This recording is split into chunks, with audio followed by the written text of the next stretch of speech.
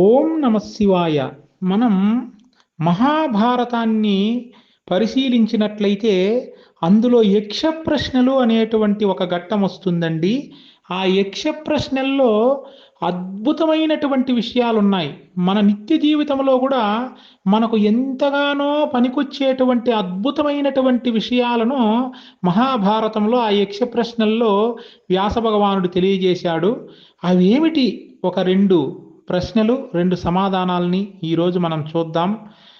ఈ భూమి మీద భూమాత కంటే కూడా ఓర్పు కలిగినటువంటిది ఎవరు అని చెప్పి యక్షుడు ధర్మరాజును ప్రశ్నించినప్పుడు ఆయన చెప్పినటువంటి సమాధానము 9 నెలలు మోసి కనేటువంటి కన్న తల్లి అని చెప్పాడండి.